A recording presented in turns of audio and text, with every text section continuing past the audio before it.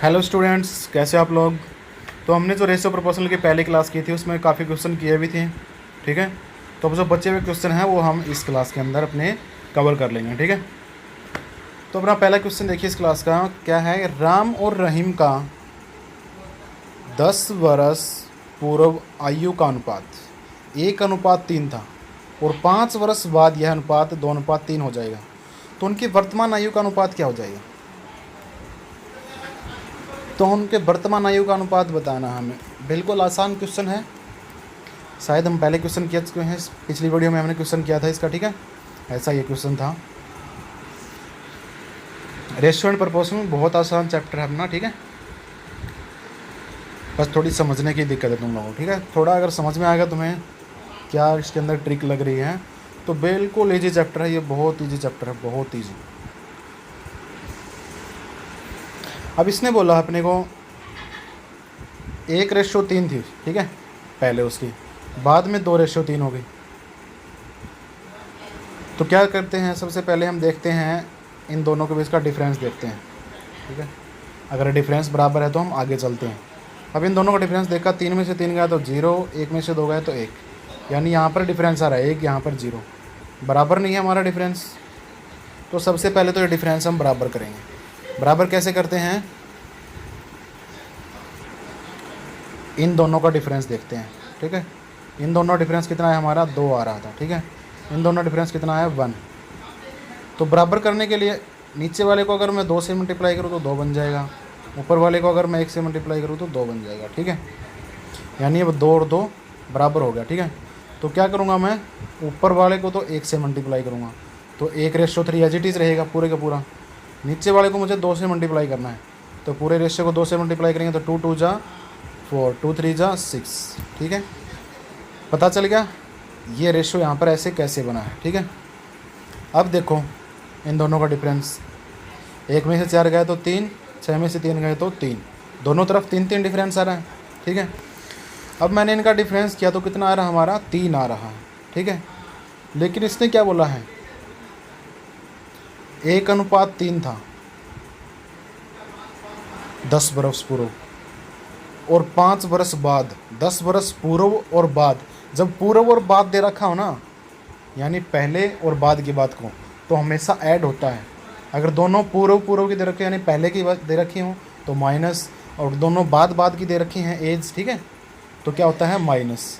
अगर एक पहले की हो एक बाद की हो तब एज हमेशा क्या होती है हमारी, जुड़ जाती हैं। ठीक है, क्या होती हैं, जब हमारी एज एक पहले की दे रखी हो और एक बाद की दे रखी हो तब हमारी एज क्या होती हैं, जुड़ जाती हैं।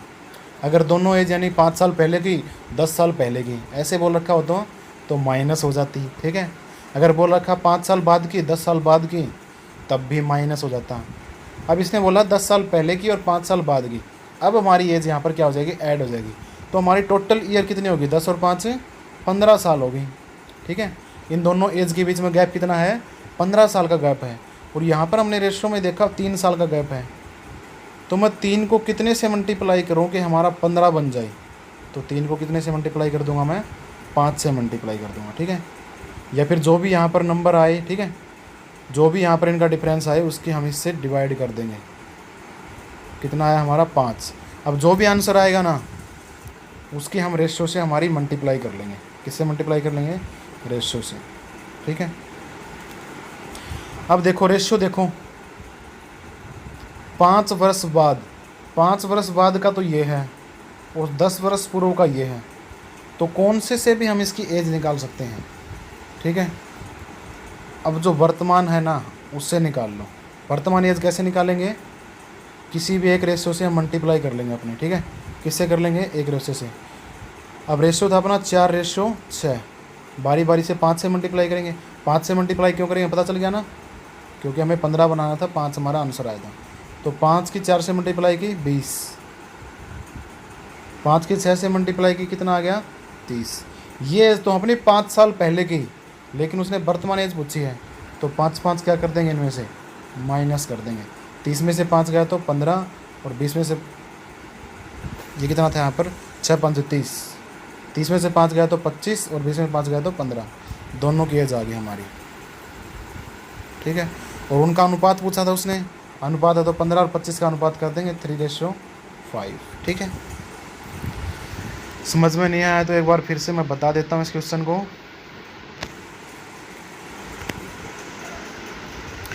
देखो इसने बोला रखा था कि 1:3 में है और 2:3 में है, 10 साल पहले की एज। ये तो है 10 साल पहले की और ये है 5 साल बाद की। तो सबसे पहले तो हम इन दोनों का डिफरेंस देखते हैं। ठीक है, तो डिफरेंस हमारा बराबर नहीं आ रहा, तो डिफरेंस बराबर करने के लिए क्या करेंगे, सबसे पहले इनका डिफरेंस देखेंगे। इनका आ रहा था 2, इनका डिफरेंस देखा तो इनका आ रहा था 1। तो मैं 2 को 1 तो कर नहीं सकता था, 1 को मैं 2 बना सकता हूँ। ठीक है, तो 1 को 2 बनाने के लिए क्या करना पड़ा, मैंने 2 से मल्टीप्लाई कर दी नीचे, ये भी 2 बन गया। अब ऊपर वाले की 1 से मल्टीप्लाई कर देंगे तो ये 2 बन गया। ठीक है, तो पूरे रेशो को 2 से मल्टीप्लाई की कितना आ गया, 4:6। इसके 1 से मल्टीप्लाई की तो एज इट इज़ रह गया 1:3। अब इन दोनों का डिफरेंस देखा कितना आ रहा है, 3 आ रहा है। ठीक है, यहाँ भी 3 आ रहा है, यहाँ भी 3। तो रेशो का डिफरेंस 3 है, यानी 3 साल का गैप है रेशो में देखा तो हमने। अगर वैसे देखा गैप तो 10 साल की तो ये उम्र होगी और 5 साल ये 15 साल का गैप आ रहा है। तो जो भी 15 साल का गैप है, रेशो में 3 साल का गैप है, वैसे 15 साल का गैप है। तो एक रेशो का गैप बनाने के लिए क्या करेंगे, 3 से डिवाइड कर देंगे इसको। तो कितना आया हमारा, 5 साल। एक रेशियो की वैल्यू कितनी आ गई हमारी, 5 साल आ गई हमारी एक रेशियो की वैल्यू। ठीक है, तो हमारे रेशियो कितने थे, 5 साल बाद वाले निकाल लेते हैं। ठीक है, 4:6 थे। तो यहाँ से अगर एज निकालनी है तो कितनी हो जाएगी, 4 के 5 से मल्टीप्लाई कर देंगे 20 और 6 के 5 से मल्टीप्लाई कर देंगे तो 30। ये हमारी 5 साल बाद की एज आ गई उसकी। लेकिन हमें वर्तमान आयु निकालनी है तो 5-5 साल इनमें से माइनस कर दें, कितने आ गए, 15 और 25। 5 साल क्यों माइनस की है, क्योंकि ये 5 साल बाद की एज है। अगर हमें वर्तमान आयु में आना है तो हमें 5 साल पीछे आना पड़ेगा। तो 15 और 25 हमारी वर्तमान एज आ गई, यानी प्रेजेंट एज आ गई। अब उनका रेशियो बताना था तो 15 और 25 का रेशियो निकाल लिया, जो कैंसिल आउट होता कैंसिल कर लिया। 5 से कट गया, 5 से 15, 5 से 5 से 25, तो 3:5 आ गया हमारा। ठीक है, अगला क्वेश्चन देखिए। तो क्वेश्चन क्या हमारा, 16 वर्ष पूर्व मेरे दादाजी मेरी आयु का 9 गुना थे। ठीक है, 8 वर्ष बाद उनकी आयु मेरी आयु का 3 गुना होगी। बताओ 8 वर्ष पूर्व हमारी आयु का अनुपात क्या था। ठीक है, बहुत आसान क्वेश्चन है, बहुत आसान क्वेश्चन है।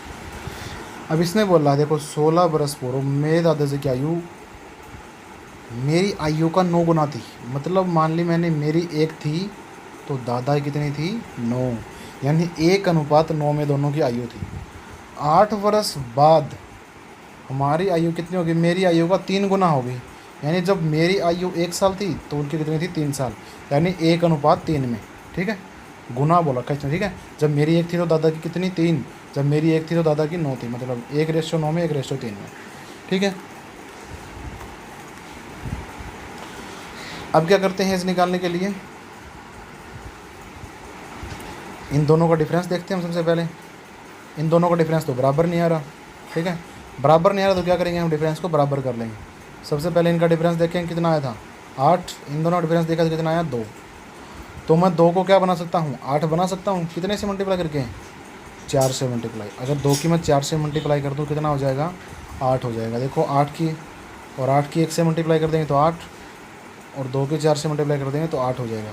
तो मैंने इस पूरे के पूरे रेशियो की 4 से मल्टीप्लाई कर दी, कितना आ गया, 4:12। ऊपर वाले को 1 से मल्टीप्लाई करेंगे तो एज इट इज़ रहेगा। ठीक है, अब देखो इन दोनों का डिफरेंस, 1 की 4 से माइनस करेंगे तो 3, और 9 को 12 में से माइनस करेंगे तो भी 3 ही आएगा। ठीक है, तो हमारा रेशियो में जो गैप है इनके एज का वो तो आ गया 3 साल। अब क्वेश्चन में एज का जो गैप है वो देखो कितना है, 16 वर्ष पूर्व 8 वर्ष बाद कितनी होगी टोटल एज अपनी, 24 साल। पता चल गया ना कैसे हुई है, पूर्व और बाद की बात दे रखे तो ऐड हो जाएंगे दोनों के दोनों एज। तो रेशियो में 3 है साल का गैप और यहाँ पर 24 साल का गैप है। तो अपना एक रेशियो कितने के बराबर हो जाएगा, 3 से डिवाइड कर दूंगा, 8 के बराबर हो जाएगा। तो अपना एक रेशियो कितने के बराबर हो जाएगा, 8 के बराबर। ठीक है, एक रेशियो की वैल्यू कितनी आ गई हमारी, 8 आ गई। तो 16 वर्ष पूर्व की आयु निकालनी है। अगर 16 वर्ष पूर्व की आयु देखें तो हम क्या करेंगे, इस रेशियो को, यानी ये जो रेशियो आया हमारा, इसको 8 से मल्टीप्लाई कर लेंगे। 1 की 8 से मल्टीप्लाई किए तो 8, और 8 की 9 से मल्टीप्लाई किए तो 72, यानी ये तो 16 वर्ष पूर्व की आयु पता चल गया हमें। ठीक है, दादाजी 16 वर्ष पूर्व, जब मैं 8 साल का था तो मेरा दादाजी था 72 साल का। इसने क्वेश्चन में पूछा क्या है हमसे, इसने पूछा है 8 वर्ष पूर्व हमारी आयु का अनुपात क्या है। ये तो 16 वर्ष पूर्व की है, अगर 8 वर्ष पूर्व की निकालनी हो तो इस एज के मैं 8 ऐड कर दूंगा। ठीक है, जैसे मैंने 8 के अंदर 8 ऐड किया तो कितना हो गया 16, 72 के अंदर 8 ऐड किया तो मैंने कितना हो गया 80 हो गया। ठीक है, तो ये हमारी 8 वर्ष पूर्व की आयु आ गई। इन दोनों का अनुपात बताना था तो कैंसिल आउट हो रहे दोनों के दोनों, 1:5, ये अनुपात आ गया हमारा 8 वर्ष पूर्व की आयु का। ठीक है, अगला क्वेश्चन देखिए, दो संख्याओं का अनुपात 3:4 है। दो संख्याओं का अनुपात है 3:4। यदि प्रत्येक को 6 बढ़ा दिया जाए तो अनुपात 4:5 हो जाएगा। ठीक है, तो दोनों संख्याओं का अंतर क्या होगा, अंतर बताना है दोनों संख्याओं का। देखो, सबसे पहले तो अनुपात दे रखा है इसने 3:4। ठीक है, दूसरे का अनुपात कितना है 4:5। इन दोनों का गैप देखा सबसे पहले तो 3 में 4 गया तो 1, 4 में 5 गया तो 1, बराबर गैप आ रहा था। उसके बाद आगे का काम करेंगे। ठीक है, अब यहाँ पर देखा हमने गैप कितना आ रहा है हमारा 1 साल आ रहा है। ये 4 से 5 पर जा रहा था, ये 3 से 4 पर। 4 से 5 पर जाने में कितना गैप हुआ, 1 ही ना। कितना बढ़ा है ये, सिर्फ 1 ही नंबर बढ़ा है रेशियो में हमारा, लेकिन इसने बोला 6 नंबर बढ़ा है ये तो क्या करेंगे 6 से मल्टीप्लाई कर देंगे। 1 रेशियो किसके बराबर हो गया हमारा 6 के बराबर हो गया। ठीक है, 1 रेशियो किसके बराबर हो गया हमारा 6 के बराबर हो गया। तो हमें क्या पता करना था, दोनों संख्याओं का अंतर बताना था। ठीक है, अंतर बताना तो क्या करेंगे, रेशियो का ही अंतर देख लेते हैं सीधा। 3 में से 4 गया तो कितना अनुपात आ रहा है हमारा 1, उस 1 की मल्टीप्लाई 6 से कर देंगे, वही आंसर निकाल सकते हैं डायरेक्ट। ठीक है, या फिर वैसे भी कर सकते हो, पहले बारी बारी से दोनों नंबर निकालो। 3 की 6 से मल्टीप्लाई करी 18, यानी एक नंबर ये मिल गया। 4 की 6 से मल्टीप्लाई की 24, दोनों अलग अलग नंबर मिल गए। ठीक है, अब इन दोनों का डिफरेंस भी निकाल सकते हैं। 24 में से 18 गए तो 6, वही डिफरेंस आ रहा है। या फिर डायरेक्ट आप रेशियो का डिफरेंस निकाल के और 6 से मल्टीप्लाई कर सकते हो, फिर भी 6 ही आंसर आएगा। ठीक है, कैसे भी निकाल सकते हैं। अगला क्वेश्चन देखिए,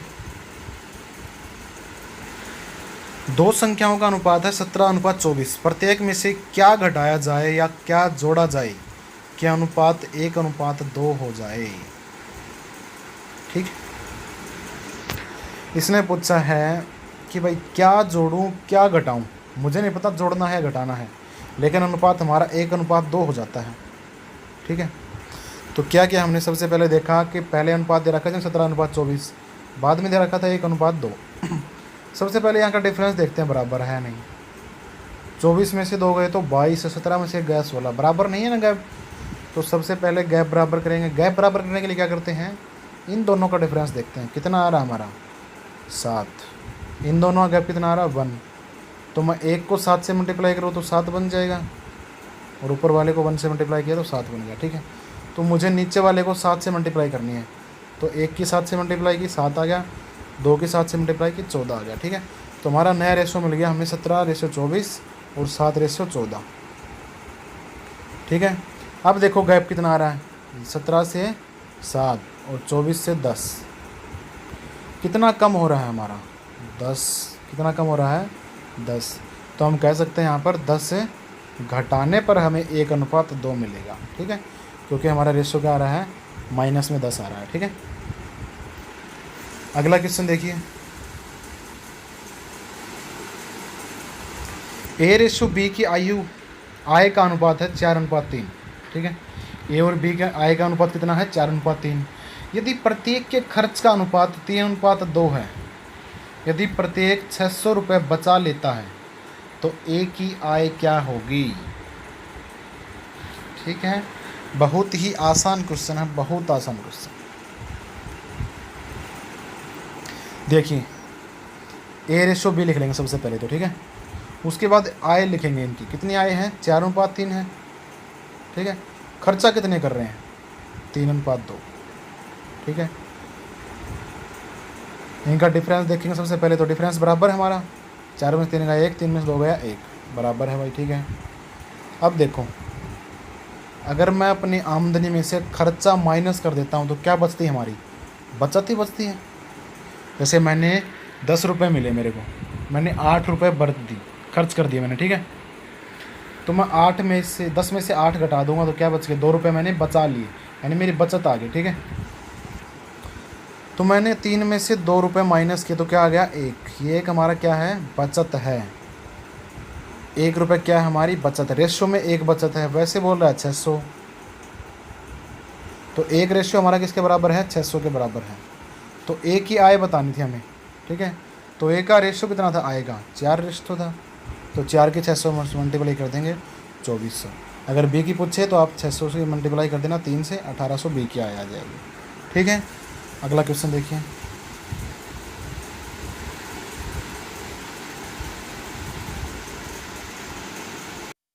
एक व्यक्ति के पास 640 रुपये हैं, जो कि 1 रुपये, 5 रुपये और 10 रुपये के नोटों के रूप में हैं। यदि उनकी संख्या का अनुपात समान हो तो नोटों की कुल संख्या क्या है। इसने बताया भाई कोई व्यक्ति है, उसके पास 640 रुपये हैं, ठीक है। 640 रुपये उसके जेब में टोटल, लेकिन वो रुपए हैं कैसे, 1 रुपये का नोट भी हो उनमें, 5 रुपये का नोट भी हो, 10 रुपये का नोट में। इसने बोला यदि उनकी संख्या का अनुपात समान हो, ठीक है, यानी उनके जो संख्या है, इतने तो 1 रुपये के नोट हो, उतने 2 रुपये के नोट हो, नहीं 5 रुपये के नोट हो, उतने 10 रुपये के नोट हो, ठीक है, सब के सब बराबर हो, ठीक है।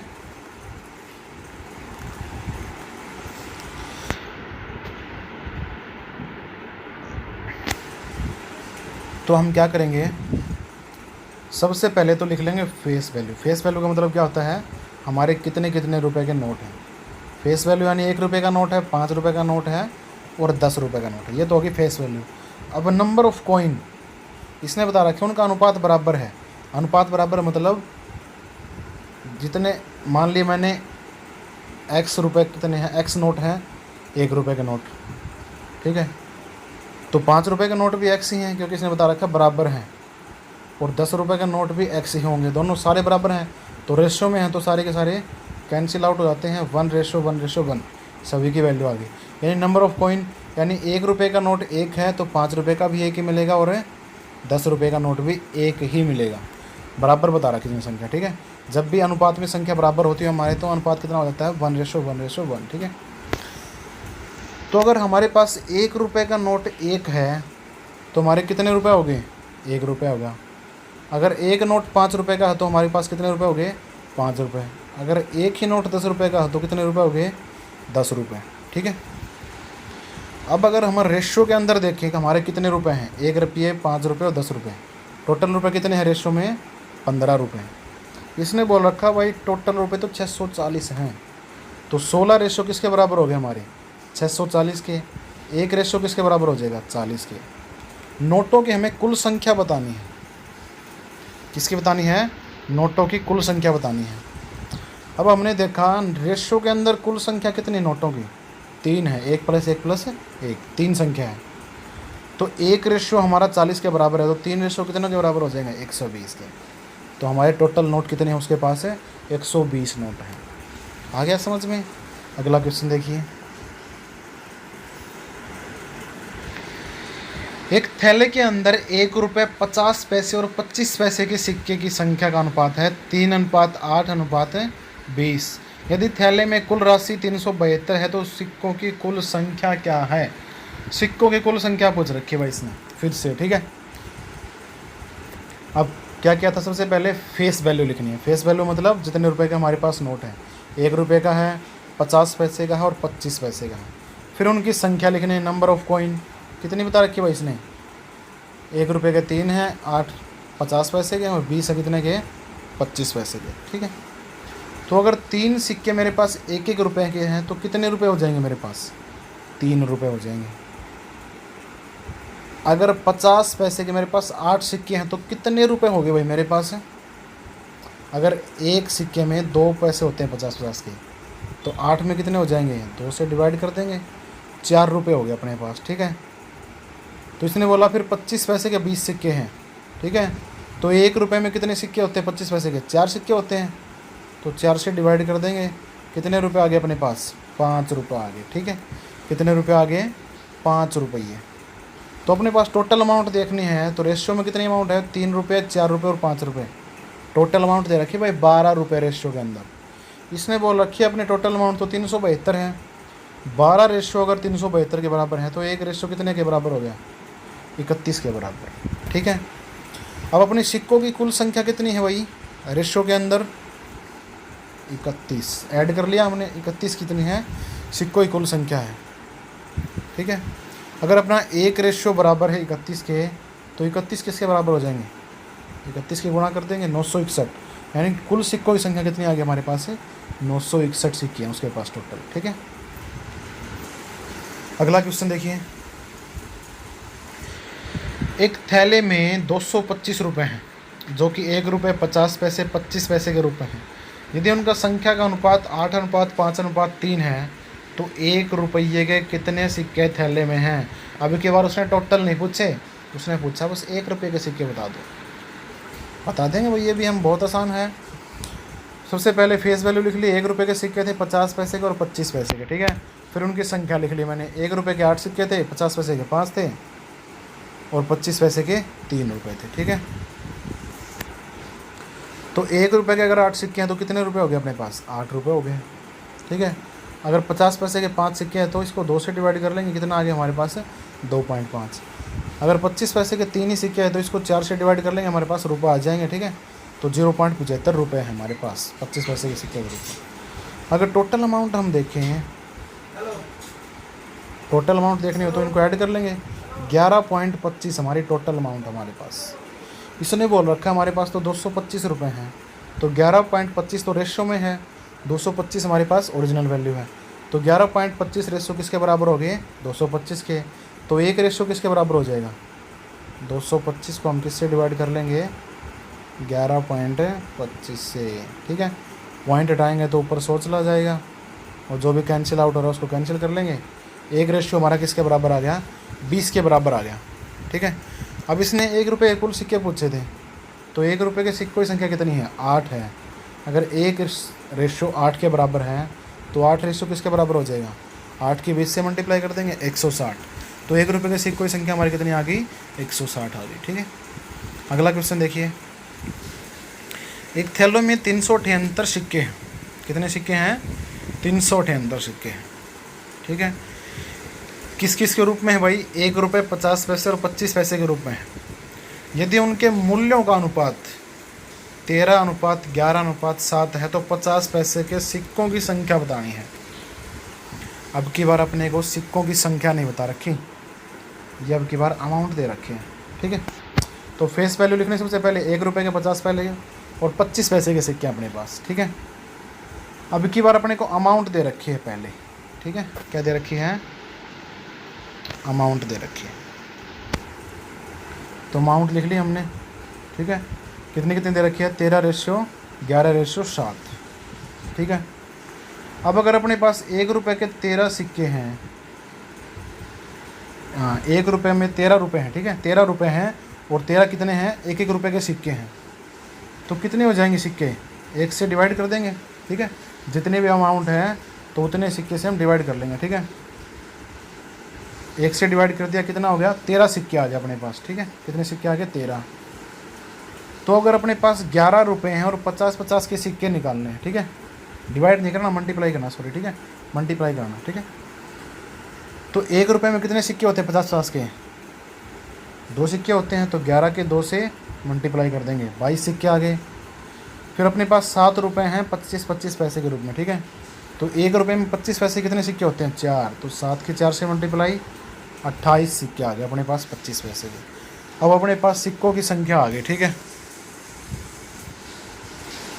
अब इसने बता रखा है कि थैले में 378 सिक्के हैं। सिक्कों की संख्या दे रखी है, अब की बार रुपए नहीं बता रखे, ठीक है। तो अपने पास रेशो में सिक्कों की संख्या कितनी है, 63। ऐड कर लिया सबको, 63 अपनी सिक्कों की संख्या आ गई, ठीक है। तो 63 रेशो में बराबर कितने के बराबर है, 378 के। तो एक रेशो कितने के बराबर हो जाएगा, 6 के। दोनों का आपस में क्या कर लेंगे, डिवाइड कर लेंगे। तो एक रेशो अपना आ गया 6 के बराबर। निकालना क्या था हमें, 50 पैसे के सिक्कों की संख्या निकालनी थी। 50 पैसे के सिक्के कितने हैं अपने पास, रेशो में 22 हैं, ठीक है। रेशो में कितने सिक्के अपने पास, 22। तो एक रेशो 6 के बराबर है, तो 22 रेशो किसके बराबर हो जाएंगे, 22 गुणा 6 132। तो 50 पैसे के सिक्कों की संख्या 132 है अपने पास, ठीक है। अगला क्वेश्चन देखिए,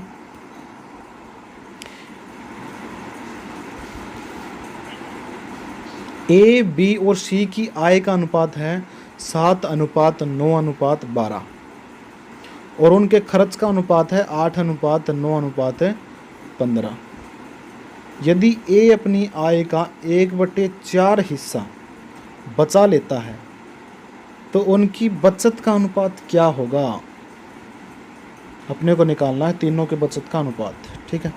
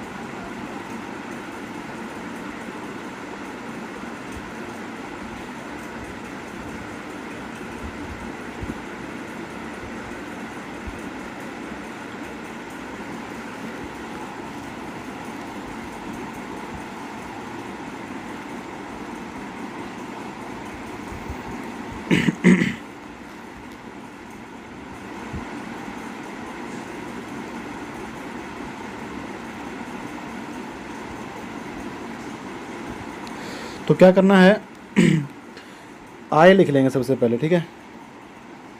आय लिख लेंगे इसकी, आय लिख ली हमने 7:9:12, ठीक है, जो भी इसने दे रखी थी यहाँ पे।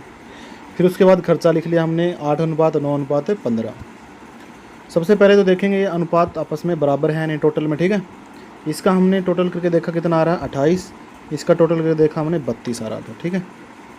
तो बराबर करने के लिए क्या करूँगा मैं, ऊपर वाले को 8 से मल्टीप्लाई, नीचे वाले को 7, तो दोनों 224 हो जाएंगे, ठीक है। तो अब इनका टोटल क्या आ जाएगा, बराबर आ जाएगा। तो क्या करूँगा, सबसे पहले मैं ऊपर वाला जो हमारा आय है इसको 8 से मल्टीप्लाई कर दूंगा सभी को, ठीक है। 8 से मल्टीप्लाई किया हमने,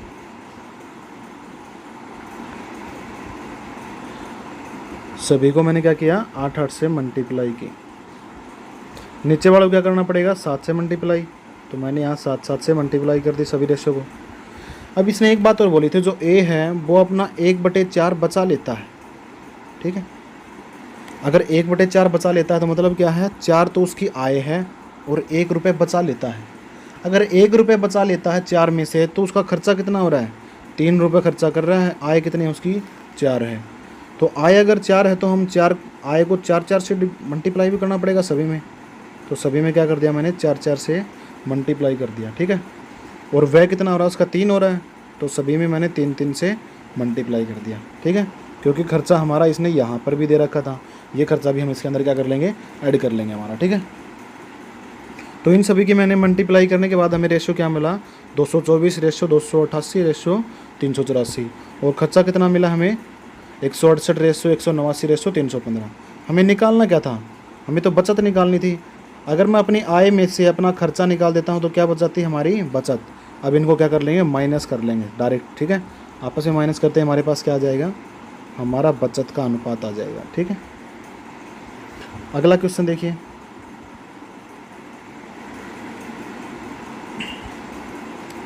जितने समय में एक खरगोश 5 छलांगे लगाता है उतने ही समय में एक कुत्ता 3 छलांगे लगाता है। यदि कुत्ते की एक छलांग में तय की गई दूरी खरगोश की 3 छलांग में तय की गई दूरी के बराबर है तो कुत्ते व खरगोश की चालों का अनुपात क्या है। अनुपात बताना है भाई अपने को कुत्ते और खरगोश की चालों का, ठीक है।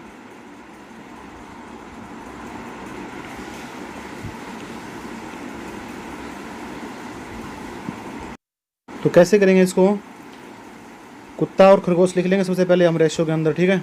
उसके बाद देखो ये जो छलांग लगा रहा है यानी लीप लगा रहा है, जितनी भी, क्या बोला इसने, जितने समय में एक खरगोश 5 छलांगे लगाता है उतने समय में एक कुत्ता 3 छलांगे लगा लेता है। तो कुत्ता कितने लगाता है, 3 छलांगे लगाता है। इतने में खरगोश कितने लगाता है, 5। तो 3:5 में उनके छलांगों हैं, ठीक है। उसके बाद क्या बोला उसने, कुत्ते की एक छलांग में तय की गई दूरी खरगोश की 3 छलांग में तय की दूरी के बराबर है। तो कुत्ता तो एक छलांग में जितनी दूरी तय कर लेता है उतनी ही दूरी वो छलांग में तीनों में दूरी तय करता है, ठीक है। तो इसमें कुत्ते व खरगोश की चालों का अनुपात बताना है। तो क्या करेंगे, यानी कि आपस में हम क्रॉस मल्टीप्लाई कर देंगे, वो इनका आंसर मिल जाएगा हमें, ठीक है। इसकी इससे और उसकी उससे, ठीक है। ये हमारे पास स्पीड आ जाएगी फिर इन दोनों की 9:5 अनुपात में, ठीक है। अगला देखिए, पृथ्वी पर भूमि व पानी का अनुपात, पृथ्वी पर भूमि व पानी का अनुपात कितना है, 1:2, ठीक है। उत्तरी गोलार्ध पर यह अनुपात 2:3 है। तो दक्षिण गोलार्ध पर यह अनुपात क्या होगा। उत्तरी और दक्षिणी गोलार्ध का पानी का अनुपात पूछ रहा है, ठीक है। उत्तरी का तो बता रखा है इसने, दक्षिण का पूछ रहा है, ठीक है। अब जो भूमि है वो तो अपनी 1 है और पानी कितना है, 2, यानी अगर भूमि 1 है तो पानी कितना है, 2। ये तो पृथ्वी की बात होगी। अब इसने बात कर ली दक्षिणी गोलार्ध की, किसकी, उत्तरी गोलार्ध की, ठीक है। उत्तरी गोलार्ध में कितना दे रखा है इसने, 2:3, ठीक है भाई, 2:3 दे रखा है। तो अब हमने लिख लिया ये तो, ठीक है। पृथ्वी भी लिख ली, कितनी है, 1:2 में है, और उत्तरी गोलार्ध में 2:3 में है, यानी उत्तरी गोलार्ध में 2 भूमि है तो पानी कितना, 3 है। तो सबसे पहले क्या करें, देखेंगे इनका टोटल करके देखेंगे। इसमें टोटल कितना आ रहा है हमारा, 3 आ रहा है, इसमें टोटल कितना आ रहा है, 5 आ रहा है। तो इनको बराबर करने के लिए क्या करेंगे, ऊपर वाले को 5 से मल्टीप्लाई कर दे, नीचे वाले को 3 से कर रखे यहाँ पर, ठीक है। तो 15 बन गया, ठीक है। कितना बन गया, 15। तो 5 से मल्टीप्लाई की है एक तो, और ऊपर से क्या है, पृथ्वी के अंदर 2 गोलार्ध है, उत्तरी और दक्षिणी गोलार्ध। तो दोनों तरफ मुझे 2 से मल्टीप्लाई भी करनी पड़ेगी, ठीक है, क्योंकि यहाँ पर पूरी पृथ्वी के बारे में बता रखा है। अगर मुझे दोनों गोलार्ध अलग अलग निकालने हैं तो 2 से मल्टीप्लाई और करनी पड़ेगी, क्योंकि 2 गोलार्ध होते हैं। तो मुझे इस रेशियो को किससे मल्टीप्लाई करनी पड़ेगी, एक तो 5 से करनी पड़ेगी, ठीक है, और एक 2 से, यानी 5 × 2 10 से मल्टीप्लाई करनी पड़ेगी मुझे। तो 10 से मल्टीप्लाई किया तो यहाँ पर 10 आ गया, और 10 × 2 20 आ गया। इस अनुपात को कितने से मल्टीप्लाई करने हैं, इसको करना मुझे 3 से मल्टीप्लाई 15 बनाने के लिए, ठीक है। और 1 से क्यों कर रखी है, क्योंकि उत्तरी गोलार्ध है, एक ही गोलार्ध है बस, ठीक है, इसलिए मैंने 1 से मल्टीप्लाई कर लिया। तो 5 × 1 5 ना, 3 × 1 3, तो 3 से मल्टीप्लाई करना, 3 × 2 कितना हो गया, 6 हो गया, और 3 3 9, ठीक है। अब ऊपर तो पूरी पृथ्वी दे रखी है और नीचे उत्तरी गोलार्ध। अगर पृथ्वी में से उत्तरी गोलार्ध को मैं अगर माइनस कर दूँ तो क्या बच गया हमारा, दक्षिणी गोलार्ध बच गया। तो हमारे जो दक्षिणी गोलार्ध है उसकी वैल्यू कितनी आ जाएगी हमारे पास से, 4:11, ठीक है। और हमारे क्वेश्चन ख़त्म, चैप्टर कंप्लीट। इससे रिलेटेड जितने भी क्वेश्चन हैं वो कर लेना आपके, ठीक है। Thank you.